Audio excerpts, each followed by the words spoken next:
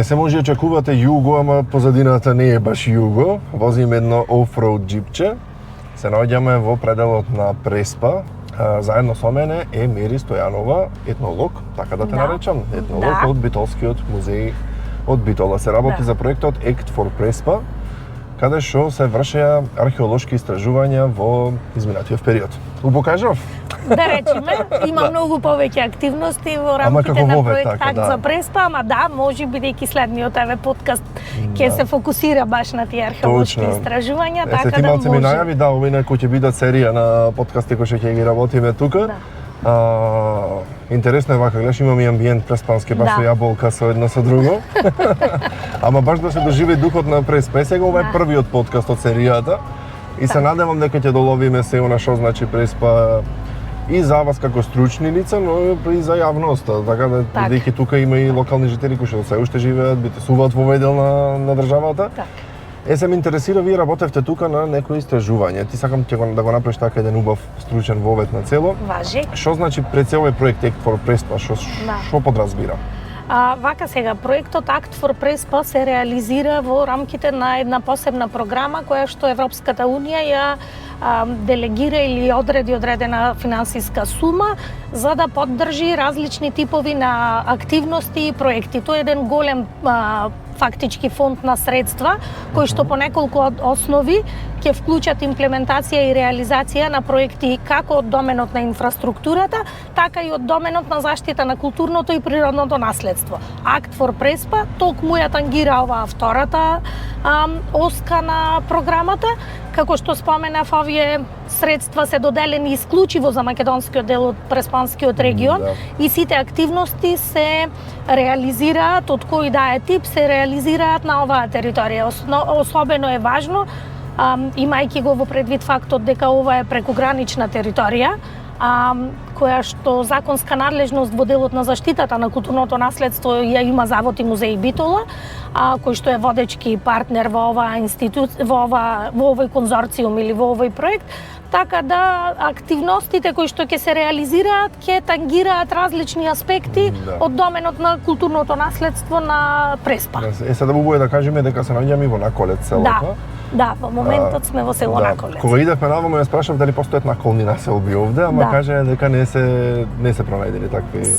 За сега немаме такви наоди, иако постојаја индиции можеби и по самото село, по името на селото, по етнонимот на селото, што е тоа и зошто го добило ова име ова село, меѓутоа реално немаме се уште официјални, да речам, показатели дали е тоа така или не. Зошто е Преспа толку интересна за истражување? Зошто е интересна? Како стручница ви е предизвик?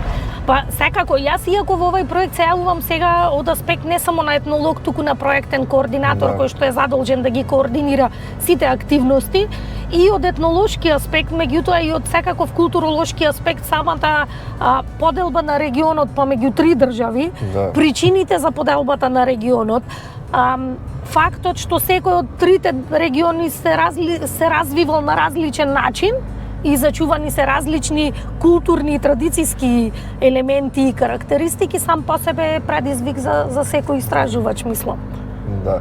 Сега за да збораме малку и за минатото на Преспа, баш зборавме дека кај што се наоѓа тука една црква, дотаму имало езеро. Да. Причината е многу популарно прашање, баш тоа со повлекувањето на водата на Преспанското езеро. Која е причината? Зошто се повлекува? Ти нели како што се збора некогаш било и река, некогаш било мало езеро, сега е големо, кога е доживеало неголемата форма како езеро и зошто се повлекува? Сега тоа е многу комплексно прашање и не сум јас повикана од стручен аспект да зборувам за тоа, меѓутоа врз основа на историските податоци и на самите наоди кои што ги гледаме на брегот, јасно е дека нивото на езерото варирало и во минатото, а варира и се уште до денес.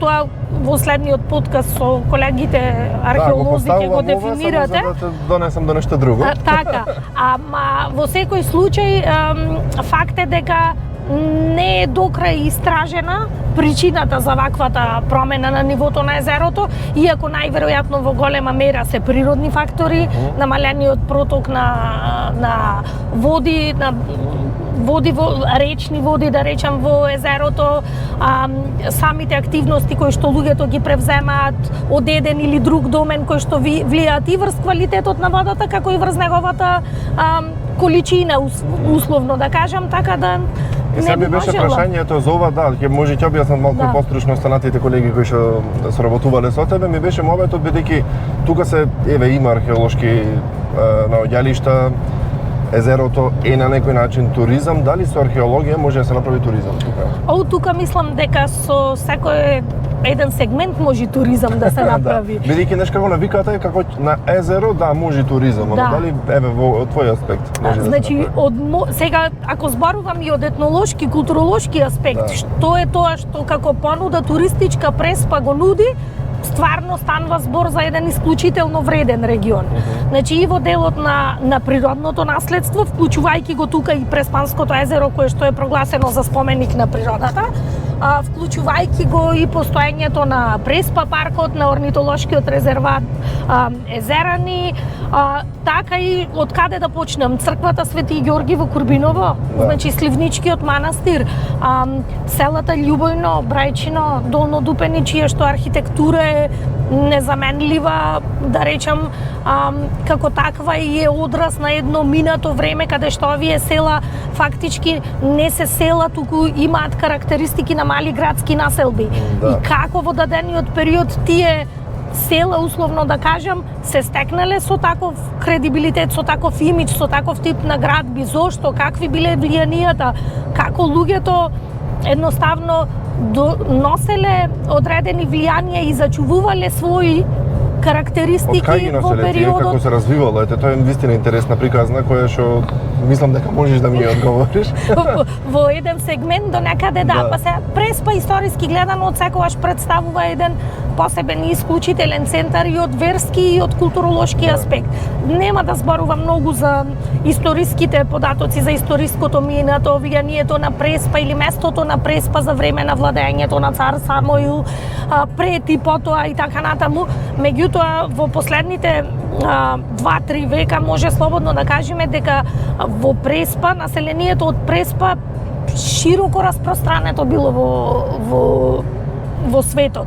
За мене беше зачудувачки помалку еден момент кога пред повеќе години, пред некои 20 години на едно истражување, да речеме во регионот на Горна Преспа, кој што го вклучува и градот Ресе, разбрав дека многу преспани, да речам, заминувале и работеле во Јужна Америка. И потоа тој факт, таа информација ја доистражував во некои сегменти и навистина било така. И до денес има семејства кои што се по потекло од Ресен кои живеат во Аргентина, односно нивните наследници. А да не зборуваме за овој дел на Преспа, да речеме, каде што луѓето уште во 19-тиот век, раниот 19 век заминувале да работат во Америка. Од тука доаѓа богатството, од тука доаѓаат финансиите, па до некаде и културните влијанија кои што биле нешто друго, точно.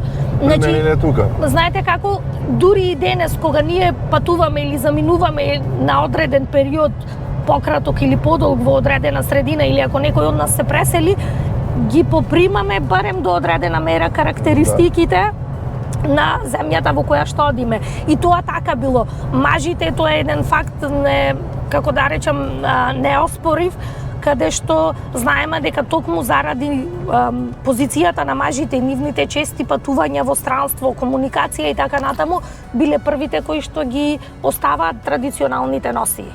Значи, тие најрано ги напуштаат носиите, за разлика од жените, кои остануваат дома. Најмодерни биле преспанчанки. Најмодерни биле, да. Мора тука да кажем, ова да не звучи сега тенденциозно, ама секој регион... Ама имале своја карактеристика. Сакам да најдам место за да свртиме назад, сакам да се вратиме и додолу, дока Маркова нога. Дока е Маркова нога, да. Овој цел регион ми кажавте дека и пешки сте го оделе покрај езерото. Да, вршено беше рекогносцирање на целата брегова линија линија, започнувајќи од македонско-грчката граница до македонско-албанската граница. Да, и дали се сретнавте вака со локални жители, дали тие нешто поможија во однос на... Секако. Значи не може како и во секој регион каде и да одиш, значи не може да останеш незабележен, особено кога станува збор тука и за пограничен регион, значи сите административни процедури мора да бидат испочитувани, соодветно информирани институциите, така да во секој случај, а и помошта од локалното население во сите сегменти кои што ги работиме, бидејќи ние не работевме само археолошки истражувања во изминатиот период, туку на пример ги изработивме и етнолошките истражувања со студентите.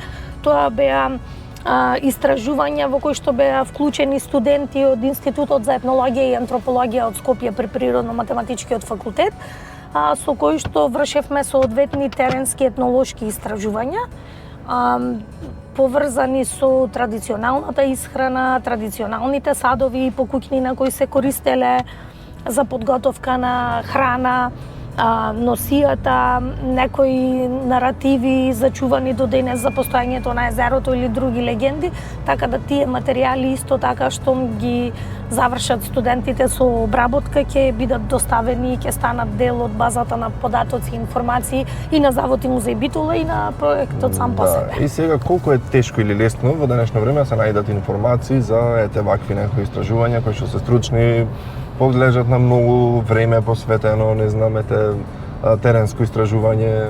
Како се стига до информации да си сигурен дека тоа е вистина така, да се потврди автентичноста на наше...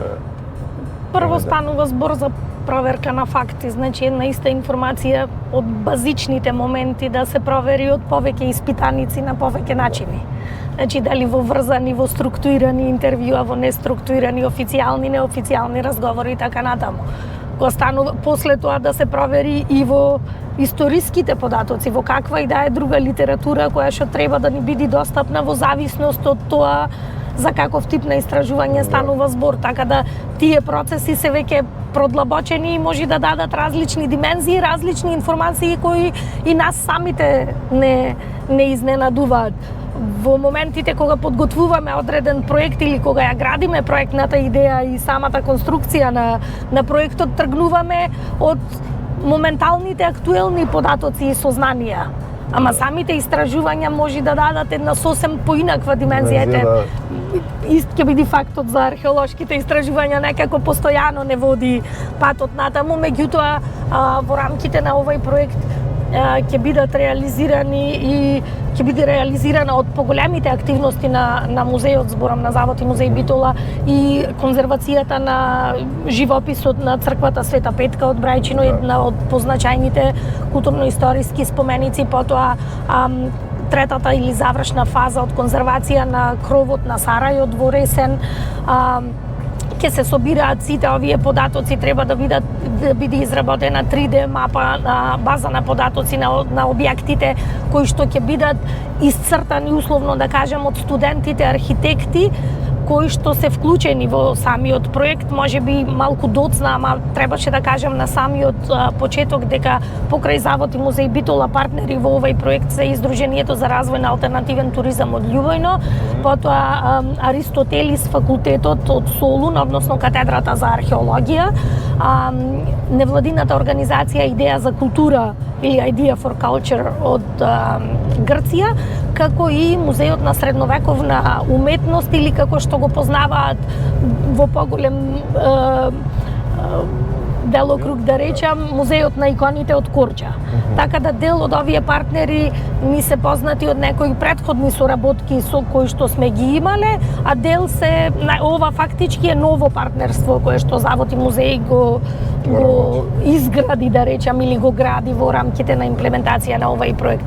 Така да и за сите партнери е предизвик е еден интересен момент, можеби кога разговаравме со еден од професорите од факултетот за архитектура од Солун, вика, ние сме доаѓале во преспанскиот дел на Грција со студенти и сме ги исцртувале, вика, објектите. Ама секогаш останувало неодговорено прашањето дали е истата архитектура и преку граница во македонскиот дел на Преспа. Така да тоа ќе биде сега еден нов момент, можеби, кој што ќе представува и некакво...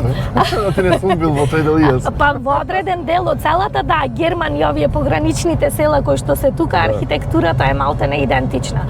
Само што за жал дел од тие села уствари не за жал, туку за среќа дел од тие села ја зачувале традиционалната архитектура, подпомогнати од голем број на европски фондови кои што дале средства за зачувување на истата, додека ситуацијата кај нас е малце поинаква.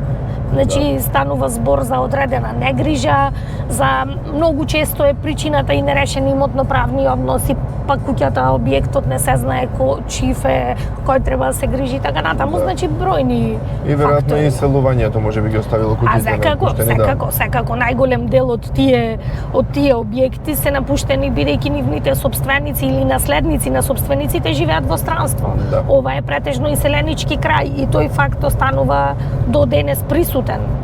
Да. Но сепак мислам дека е добро што се надеваме дека еве ова ден може ќе стане и музеј, како Па дефинитивно. Цела населба музеј, огромен регион музеј, кај што ќе еве може да учиме и за многу нови работи кои што вете нашите предци може ги знаеле, ние допрва ќе ги откриеме. Така да не пропуштивме евентуално нешто што може треба и интересно да се спомни за овај крај. Па сега еве во еден сегмент бидејќи спомнувате музеј, значи Завод и музеј Битола е одговорен и за реализација, односно конзервација и обнова на училиштето, на старото училиште во село Љубојно. Тоа е второ училиште на македонски јазик во државата, а прво на кое што наставата започнува на македонски јазик после Втората светска војна. Она што е значајно дека за време на граѓанската војна, да речеме, представувал и одреден прифатен центар на бегалците, и во рамките на проектните активности кои што се надвор од Act for Prespa, значи тоа е владен проект кој што се реализира веќе неколку години, треба да представува еден мултикултурен центар. Дел од овие податоци што ние ќе ги имаме како резултат од истражувањата ќе бидат достапни и во тој мултифункционален објект, така да еве ќе направиме некаква една ексклузива. Да. И поврзаности на институцијата, на надлежностите на институцијата на Act for Prespa и така натаму. Па мери мислам дека убаво се поминавме вака во едно кратко возење тука на Преспа. Ќе продолжиме понатаму да го истражуваме овој район заедно со мене, возејќи низ Преспа. Ова беше еден вовет. Од мери мислам дека доловивме голем дел од она што треба да се случува. Допрва мислам дека она што мислам дека ќе се случува, а и она што се случуваше. Малку се избунав со терминологијата, да, малку е стручно. Се пазам, внимавам нели да не сгрешам во некој дел. Не. Ама мислам дека добро одеше проектот, а ќе видиме како ќе се движи и понатаму. Јас ќе бидам тука за да ги откриеме сите тие детали заедно со вас.